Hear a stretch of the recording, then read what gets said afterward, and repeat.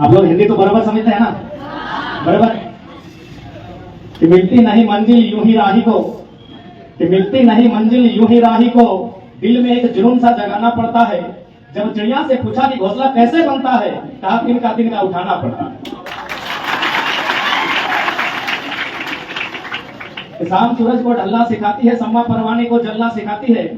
शाम सूरज को ढलना सिखाती है, सम्मा परवाने को जलना सिखाती है। गिरकर हौसला न हारे मुसाफिर, ठोकर ही तो इंसान को चलना सिखाती है। तो आज शहरा की इस क्रांतिकारी पवित्र भूमि में, छत्रपति शिवाजी महाराज की कर्मभूमि जन्मभूमि में, जितने भी मेरे प्रवासी झारखंडी और साथ साथ मराठी मानुस, मेरे भाई बहन, स्टूडेंट, मौसी काकी, अभिभावक जितने भी आए हैं, सबको जय हिंद, जय महाराष्ट्र, जोहार झारखंड। क्योंकि ये कार्यक्रम एक शैक्षणिक संस्था का है। आज उसका स्थापना दिवस है, 35वां। आज उनका 35वां स्थापना दिवस है। मैं सर्वप्रथम इस शैक्षणिक संस्थान को, इस संस्थान में कार्यरत तमाम शिक्षक शिक्षिकाओं को, तमाम छात्र छात्राओं को असंख्य शुभकामनाएं दूंगा कि आप उन्नति करें, तरक्की करें और राष्ट्र और अपने राज्य की उन्नति में अपनी भूमिका का निर्वहन करें। तो बच्चों, सबसे पहले बात आती है कि एजुकेशन, कि हम पढ़ते क्यों हैं। मैं भी एक छात्र हूं। भले सर ने हमारा परिचय दिया, 2 साल से हम झारखंड में आंदोलन कर रहे हैं, लेकिन अभी भी मैं एक छात्र हूं। मैं भी एक पीएचडी का छात्र हूं। जैसे आप अभी 9-10 में होंगे, 9-10 में ना, 8-9-10 में, उसके बाद आप इंटर 12 में जाएंगे, फिर आप बैचलर डिग्री करेंगे, फिर मास्टर डिग्री करेंगे, फिर डॉक्टर डिग्री। यानी there are 3 types of degree. Bharat में तो एजुकेशन की डिग्रियां होती है, 3 प्रकार की होती है, बैचलर डिग्री, मास्टर डिग्री और डॉक्टर डिग्री। मैं भी डॉक्टर डिग्री का अभी छात्र हूं। तो मैं, जब हम लोग अपनी क्लास ले रहे थे, हमारे प्रोफेसर, तो उन्होंने एक लाइन लिखा था ब्लैक बोर्ड में, मैन इज एन एनिमल। उन्होंने ब्लैक बोर्ड में क्या लिखा था? Man is an animal. उसका हिंदी में क्या अर्थ होगा? कि मनुष्य क्या है? एक जानवर है। तो पूरी क्लास ने कहा सर ये तो आप गलत लिखे हैं। बोला नहीं, बहुत विवाद हुआ और फाइनली उन्होंने क्या ऐड किया पता है? सिर्फ एक ही वर्ड उन्होंने ऐड किया, man is a rational animal. Rational का मतलब होता है जिसमें समझ होता है, जिसमें विवेक होता है। यानी आपको इस बात को स्वीकारना होगा कि आज से 1000 साल पहले जाए, लाख साल पहले जाए, या मानव जाति के करोड़ों साल के इतिहास को उठा के लाए, कहीं ना कहीं हमारी उत्पत्ति भी एक पशुओं के समान हुई है। तो हम लोग भी एनिमल है, लेकिन फर्क क्या है? Rational animal. रेशनल यानी 100 डिग्री समझ। तो ये कब आता है? जब हमें शिक्षा होती है, जब हम ज्ञान अर्जन करते हैं, तब हम रेशनल यानी एक विवेकी इंसान बनते हैं। यानी पशु से समझदार, रेशनल एनिमल अगर हमारी भाषा में और आपकी भाषा में कहा जाए। इसलिए शिक्षा का हर मनुष्य के जीवन में महत्व होता है। आप अगर पूछेंगे कि what is the power of education, तो मैं ज्यादा उदाहरण नहीं दूंगा। मैं आपके बीच खड़ा हूं, एक झारखंड से चलकर आया एक साधारण सा लड़का, एक गरीब फैमिली का लड़का। मैं आपको बता दूं, मेरा जो परिवार है, क्योंकि जब झारखंड मूवमेंट, इस प्रकार इंडिया का मूवमेंट हुआ था, तो भारत के स्वतंत्रता सेनानी थे, तो हमारा झारखंड भी लड़के लिया गया है। तो झारखंड के फ्रीडम फाइटर हैं, मूवमेंट के हीरो हैं। तो मेरे पिताजी भी उस मूवमेंट में रहे। तो मेरी माँ को 3000 रुपए, 3000 ओनली पेंशन मिलता है। यानी हमारे परिवार में कोई अगर हाईएस्ट कहीं से पैसा आता है, तो मेरी माँ को झारखंड सरकार की ओर से मात्र 3000 रुपए आता है। यानी मैं एक साधारण परिवार, आप सोच नहीं सकते हैं मैं उतने साधारण परिवार का लड़का हूँ, लेकिन आपके बीच प्रमुख पहुना के रूप में हूँ। ये पावर ऑफ एजुकेशन। यहाँ जितने भी लोग हैं, सम्मानित लोग हैं, मैं सबको प्रणाम करता हूँ। हमारे झारखंड में प्रणाम होता है, गोड़ लागू होता है, मैं सबको गोड़ लगता हूँ। लेकिन सब आयु की अगर बात करें तो मैं सबसे छोटा हूँ कि नहीं। जितने लोग आज चेयर में बैठे हैं, सब सम्मानित लोग हैं। अपने जीवन के इन्होंने 50, 60, 70 बसंत देखा है। इन्होंने अपने जीवन के लंबा समय सफर तय किया है। लेकिन उसके बावजूद मैं अगर प्रमुख पहुना यानी अंग्रेजी में चीफ गेस्ट, मुख्य अतिथि बना हो, इसलिए कि मैं दिखता अच्छा नहीं हूँ, पहनता अच्छा नहीं हूँ, पढ़ा लिखा हूँ। मैं पढ़ा लिखा हूँ, इसलिए आपके बीच में आज खड़ा हूँ।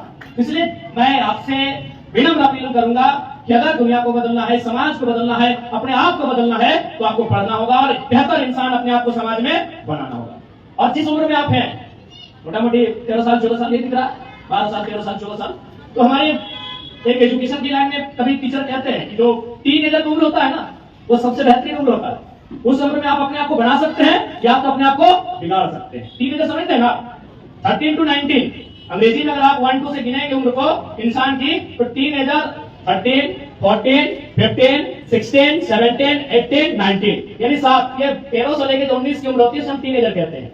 यानी इस उम्र के जो स्टूडेंट होते हैं, उनमें एक विशेष प्रतिभा होती है। आप उसी उम्र में हो, आप चाहो तो अपने आप को बहुत बेहतर बना सकते हो, और ना चाहो तो बहुत बेकार भी कर सकते हो। इसलिए आपको तय करना है कि आप अपने लिए क्या चाहते हो।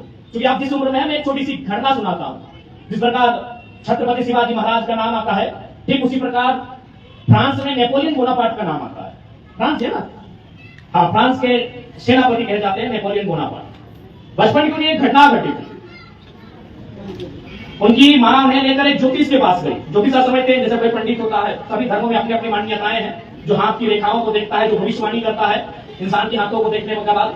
तो नेपोलियन बोनापार्ट की मां उन्हें लेकर एक ज्योतिष के पास गई थी, और ज्योतिष ने जब उनके हाथ को देखा तो कहा कि आपका जो पुत्र है जब ये बड़ा होगा इसका जीवन बहुत दुख में कटेगा।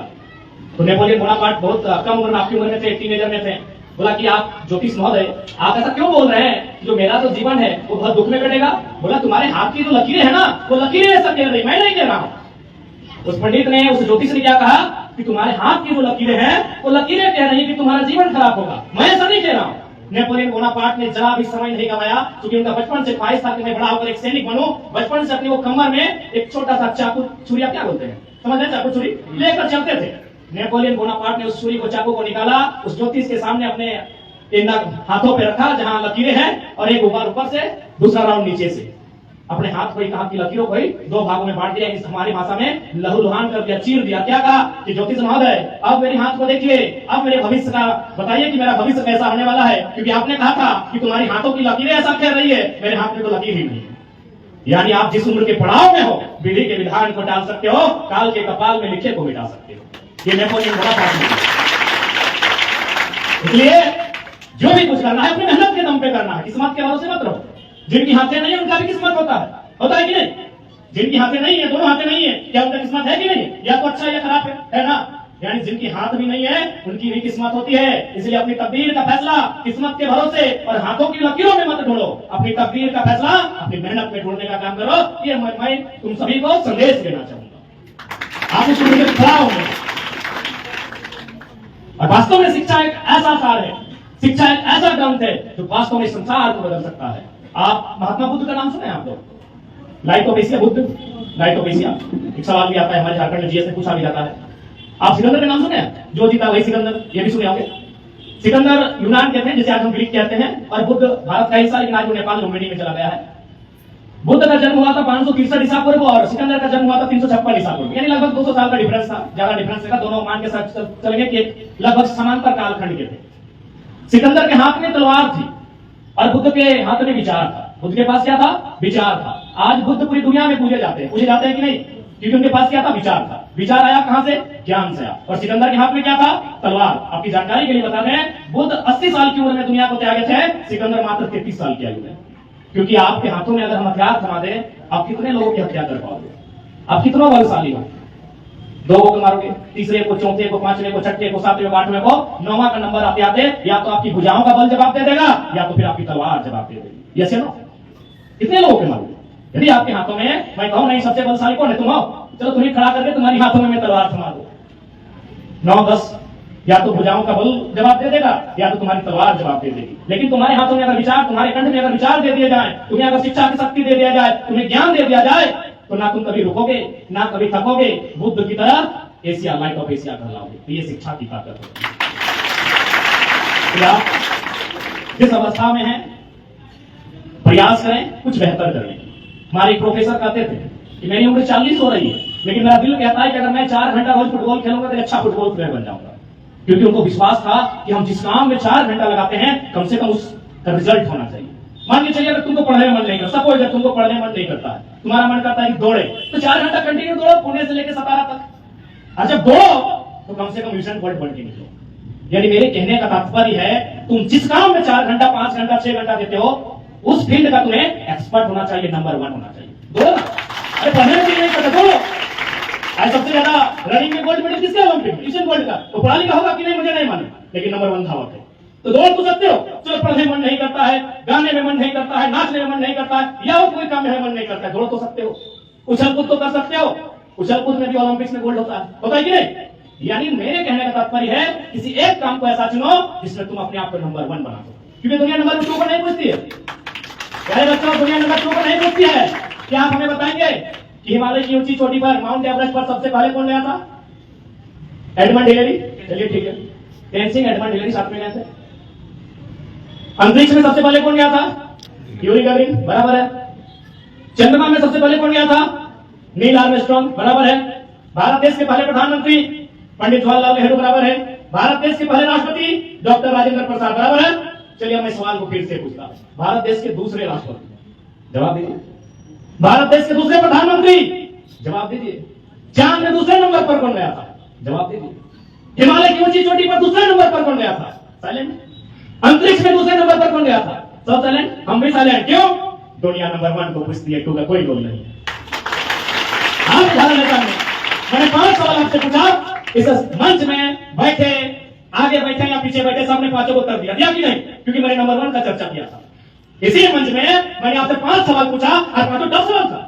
ये जीएसटी, ये हमारे झारखंड में वीडियो की जो नौकरी लगती है उसमें पूछा जाता है, जो इंस्पेक्टर बनते हैं उस परीक्षा में पूछा जाता है, जो टीचर बनते हैं उस परीक्षा में पूछा जाता है। यानी आपने 5 कठिन सवाल का उत्तर दिया, लेकिन कौन थे वो? नंबर 1 थे इसलिए दिया। नंबर 2 कौन थे?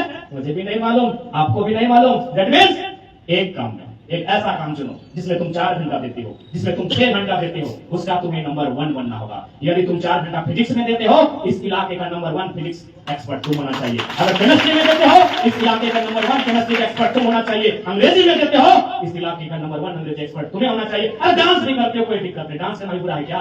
लेकिन नंबर 1 डांसर इस इलाके का तुम होना चाहिए। इसलिए ये टाइम बार बार नहीं आता है, यही तुम्हारा समय है, यही तुम्हारा समय है। ये समय अगर चला गया तो फिर दोबारा नहीं आएगा। आज भैया ने कहा महेंद्र सिंह धोनी से मिलना चाहिए, ठीक है, हम लोग प्रयास करेंगे, मिला देंगे, लेकिन क्या आज धोनी बैटिंग कर पाएंगे? आपके खैर आप धोनी के फैन, हमने सचिन कहा हो, देखिए मैं हाथ में लिखा हूं leader of cricket Sachin God Maharashtra के, आप यही कहना सचिन? मैं भी क्रिकेट फैन हूं, सचिन तेंदुलकर क्रिकेट में हाथ में लिखा है। लेकिन आर्मी की दौड़ में जा फिर मुझे चलाना पड़ा, क्योंकि आर्मी में एक बोतल अलाउड नहीं होता है, तो इसी कारण हमको बाहर निकले गेट लॉस्ट। तो क्या आज सचिन तेंदुलकर बल्ला थाम पाएंगे? अभी 2023 का वर्ल्ड कप है, सचिन तेंदुलकर ने भारत के लिए वर्ल्ड कप में सबसे ज्यादा रन स्कोर करने वाला, क्या स्कोर कर पाएगा? गारंटी है? नहीं। क्यों? सचिन का समय नहीं है, ये सचिन का समय नहीं है, ये समय आपका है, ये सचिन का समय नहीं है। सचिन में कोई दोष नहीं है, ना उनके बल्ले में दोष है, वही ग्राउंड, वही मैदान, वही बल्ला, वही सचिन। टाइम उनका नहीं है, सिर्फ टाइम उनका नहीं है। इसलिए डियर स्टूडेंट, ये टाइम तुम्हारा है, इस टाइम को तुम्हें यूज करना है, इस टाइम में तुम्हें बनाना है अपने आप को, और ये डिपेंड भी तुम पे करता है कि तुम कैसे इस टाइम का यूज करते हो, कैसे अपने आप को बनाते हो। तो बना लोगे ना? बनाओगे ना?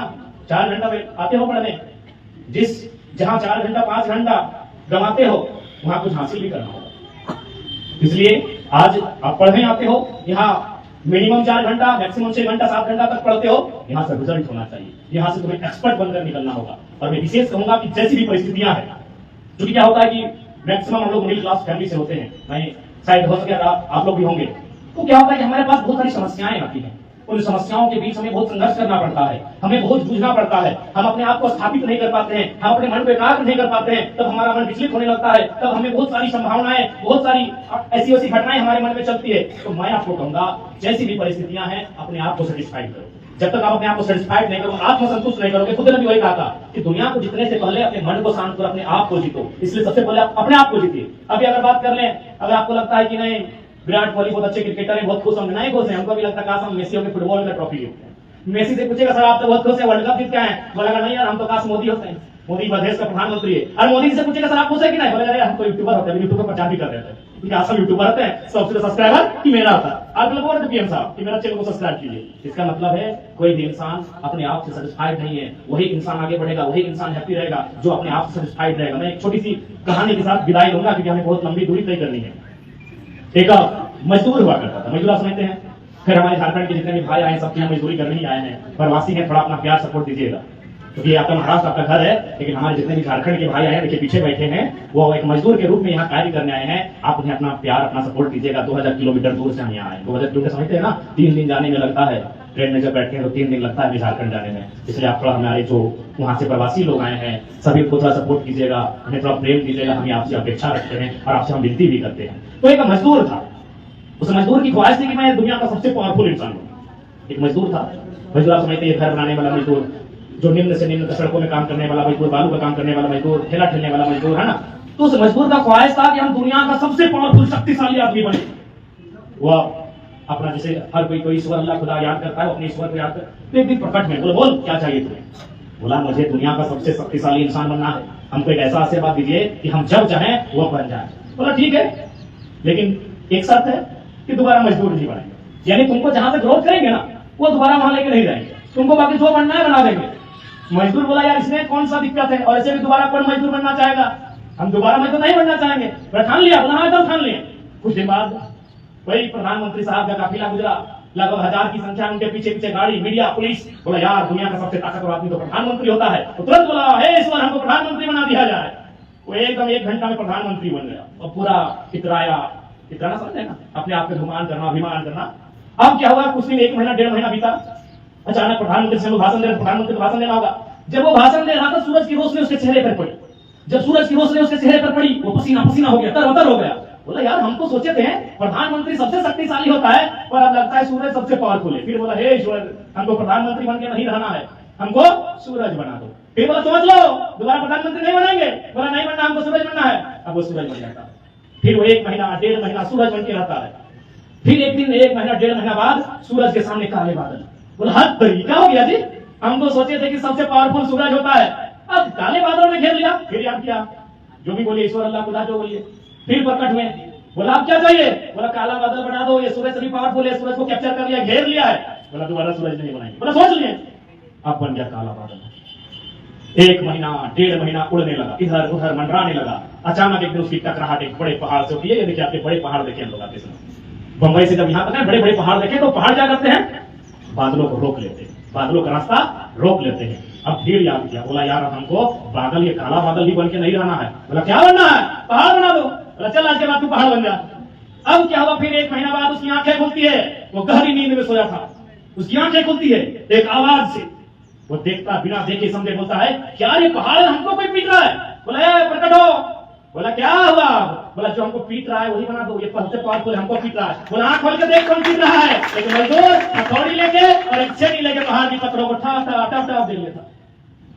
यानी क्या समझे, आत्मसंतुष्टि। वो क्या था, मजदूर। और फाइनली घूम के कहां आया, मजदूर। यानी पावरफुल तो मजदूर ही था, पहाड़ को हिला के रख दिया। इसलिए आत्मसंतुष्टि नहीं है। जब तक आप में आत्मसंतुष्टि नहीं है, अब दुनिया को जीतने के बाद भी उन्हें जग सुना सुना लगेगा, जग सुना सुना लगेगा। इसलिए आत्मसंतुष्टि जिस हालत में हो, माँ ने प्यार से जो परोसा है, चावल हो, दाल हो, रोटी हो, पूरी हो, सब्जी हो, पिताजी ने जो तुम्हें कमा के दिया है, वो कलम का मूल्य 5 रुपया हो या 50 रुपया हो, तुम जिस स्थिति में हो, तुम जिस परिस्थिति में हो, वहां से तुम बेहतर करने का प्रयास करो। ये हमारी आपको शुभकामनाएं हैं और उम्मीद करते हैं आप करेंगे, करेंगे ना। बाकी विशेष नहीं, अगर हम कहेंगे तो रात हो जाएगी, हम लोग को भी जाने का मौका नहीं मिलेगा। बाकी फिर से आज बहुत अच्छा लगा। हम लोग तो सोचे थे कि अपने झारखंड के प्रवासी भाइयों से मिलकर चले जाएंगे, लेकिन मराठी मानुष के बीच आज उनके कार्यक्रम में प्रमुख पाहुना मिलने का अवसर मिला। हृदय से